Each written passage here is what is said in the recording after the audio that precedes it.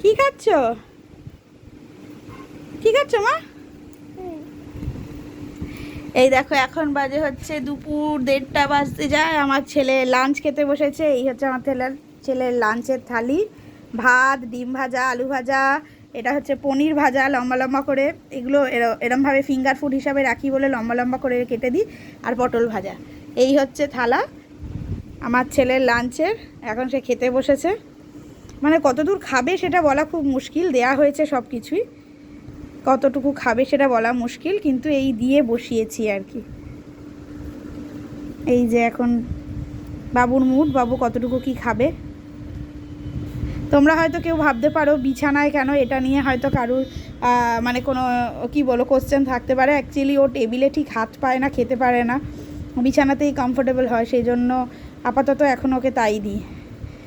চেষ্টা করি যাতে ও নিজের হাতে খাবারটা খায়, সেই জন্য মানে ওর সুবিধা মতোই খাবারটা করে দিই আর কি।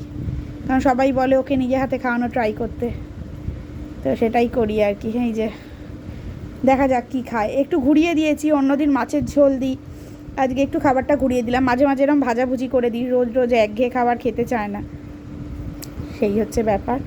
চলো তোমাদের কার কার বেবিরা কীরকম খায় দায় আমাকে কমেন্টে জানিও।